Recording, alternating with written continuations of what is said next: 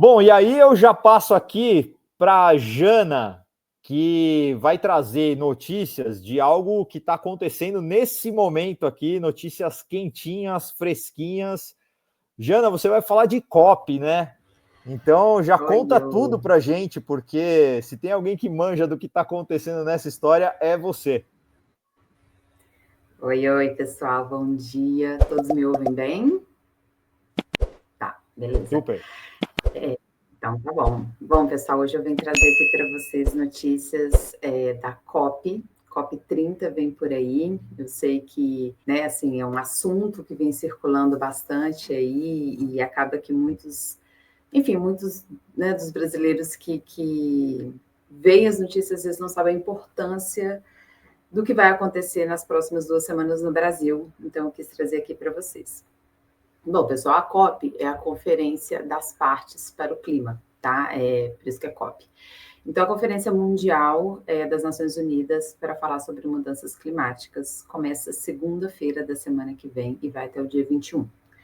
A COP 30, ela é mais do que um evento. Isso que é legal a gente saber. A COP, ela é um fórum de discussão mundial, tá? É onde decisores, tomadores de decisão do mundo inteiro vêm para discutir medidas urgentes para frear o aquecimento global e principalmente, que vai ser muito o foco dessa COP, medidas de adaptação, ou seja, mudanças climáticas chegou, como que a gente lida com isso, tá?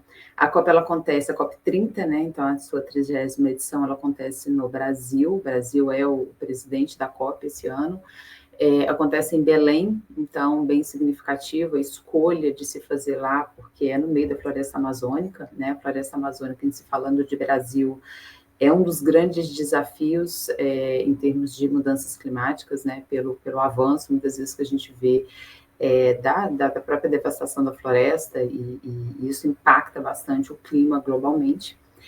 E a COP, pessoal, para a gente entender, ela é um fórum de discussão mundial sobre mudanças climáticas que perpassa todos os setores da economia humana, tá? Então, lá se fala de cidades, se fala de agricultura, se fala de transporte, se fala de energia, enfim, todos os setores da atuação humana, como mitigar e adaptar medidas frente às mudanças climáticas. Então, são 5 eixos que a COP trabalha. Então, primeiro, mitigação. O que é mitigação? Como emitir menos gases de efeito estufa que aceleram esse aquecimento global. Adaptação, então, as mudanças climáticas já estão aí, então, como podemos tornar cidades resilientes, agricultura resiliente, toda a nossa atuação a um cenário de mudanças climáticas que já está acontecendo. Terceiro, capacitação, então, como formar pessoas e sociedades para enfrentar esses grandes desafios.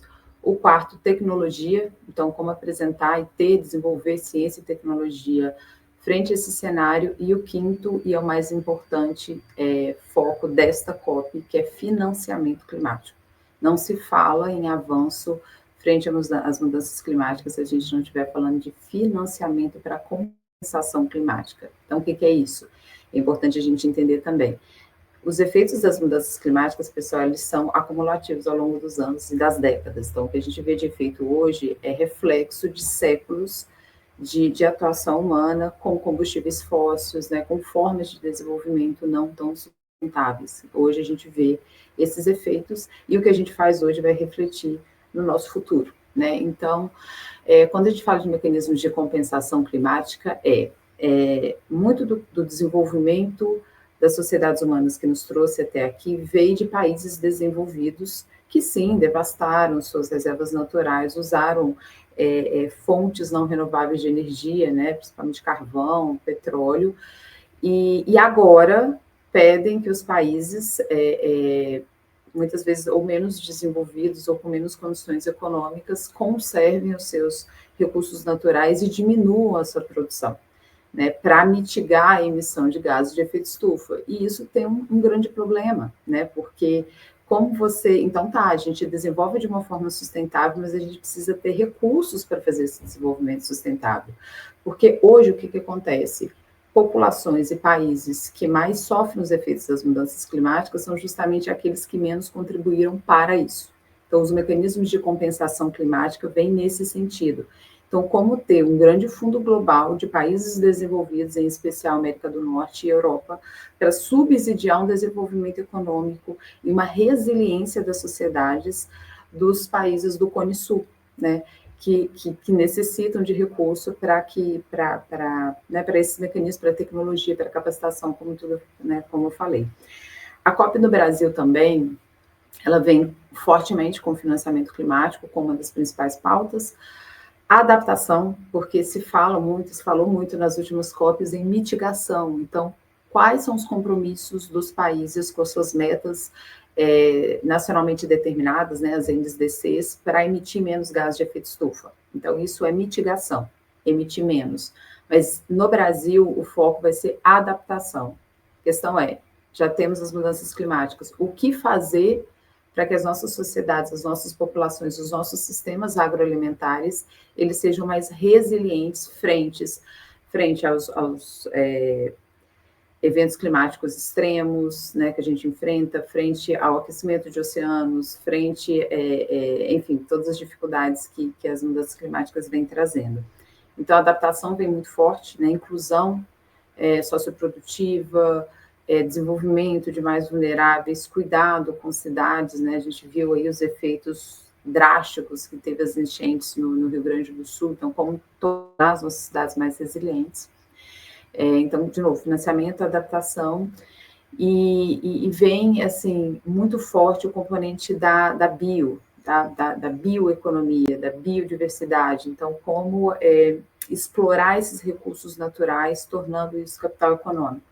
Então, o Brasil ele vem trazendo essa pauta, justamente está ali na floresta amazônica, então, como conciliar as demandas do desenvolvimento econômico sustentável com a conservação dos recursos naturais. Então, o Brasil vem muito forte, com uma pauta muito bem definida, a gente vai ver como se desenrola nas próximas 2 semanas, e tem se falado muito em COP da implementação, porque discute-se muito, a COP é um espaço de discussões multilaterais, então cada país envia os seus enviados especiais para cada um dos temas, então tem enviado especial de cidades, de sociedade civil, de agricultura, de energia, de transporte, enfim, discute-se nesses fóruns, geram-se documentos com compromissos, para os próximos anos, com metas mais arrojadas para os próximos anos, mas e a implementação? Né? Então, fala-se muito em COP da implementação, principalmente porque na COP 28, há 2 anos atrás, em Dubai, gerou-se um documento, Global Stock Take, que fala assim, o que a gente fez desde 2015? 2015 é o Acordo de Paris, todos nós já ouvimos falar, que é a COP 21. Lá no Acordo de Paris, em 2015, todos os cientistas, os tomadores de decisão, chegou-se à conclusão que precisamos frear o aquecimento global até 1,5 graus. 10 anos depois, como estamos? Né? Então, vai se discutir muito isso, porque há 2 anos atrás gerou-se esse documento. E quais são algumas das conclusões que chegaram? Nós já atingimos 1,5 graus. Né? Então, as metas dos países para emissões precisam ser mais arrojadas, precisam ser mais desafiadoras, porque se a gente chega a 2 graus ou mais, pessoal, vocês já devem ter visto aí notícias de meados de outubro, a Terra ela vai chegando em alguns pontos de não retorno.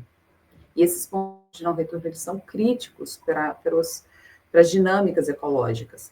Né? Um exemplo recentemente, que foi bastante noticiado, é o branqueamento dos corais, né? Porque com o aumento da temperatura dos oceanos, você tem uma morte generalizada dos corais. Os corais são os grandes engenheiros de ecossistemas marinhos, né? Berçário de peixes, reguladores da acidez do oceano, né? Que passa a não ser mais sumidouro de carbono. Então, assim, é importante nessa COP ser realmente uma COP de implementação. Então, sabemos para onde a gente quer ir, beleza, então quais são os mecanismos para implementar?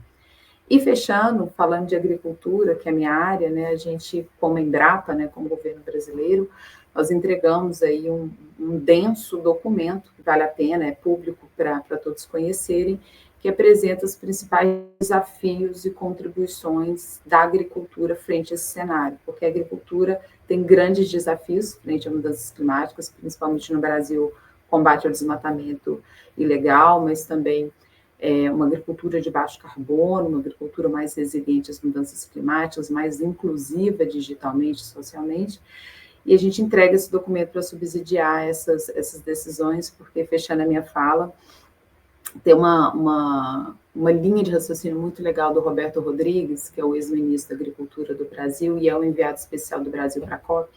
Ele fala que a agricultura é paz. Então, não há paz mundial com fome, né? Segurança alimentar não é só um driver econômico, né? Ele é uma necessidade de estabilização social mesmo. Então, falar em mudanças climáticas é falar em segurança alimentar, é falar em desenvolver uma agricultura mais sustentável e resiliente. Então, a gente tem a nossa parcela de contribuição aí como Brasil, como tornar aí o Brasil como grande produtor e exportador de alimentos do mundo, né, como a gente contribuir aí nossa parcela para o enfrentamento aí das mudanças climáticas. Então, fiquem de olho, vocês vão ouvir bastante sobre COP nas próximas 2 semanas.